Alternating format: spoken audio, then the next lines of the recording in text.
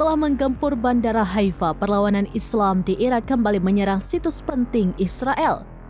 Pada Rabu 3 April 2024, perlawanan Irak bahkan meledakkan pangkalan Angkatan Udara Israel, Rahmat David, di wilayah pendudukan menggunakan drone.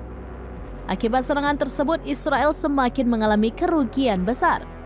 Video detik-detik drone perlawanan Irak melesat ke pangkalan Angkatan Udara Rahmat David itu kemudian beredar di sosial media. Dalam video tampak drone Irak itu melesat dengan kecepatan tinggi. Perlawanan Islam Irak mengklaim serangannya tepat sasaran dan menimbulkan kerugian bagi Zionis.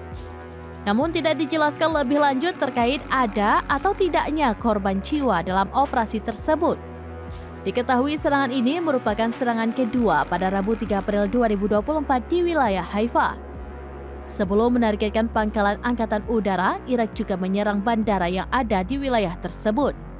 Melansir dari Al-Mayadin via Tribun News pada Kamis 4 April 2024, perlawanan itu menegaskan bahwa operasi itu merupakan kelanjutannya dalam melawan Zionis, terutama untuk merespon genosida yang dilakukan Israel di Gaza sejak Oktober 2023 silam.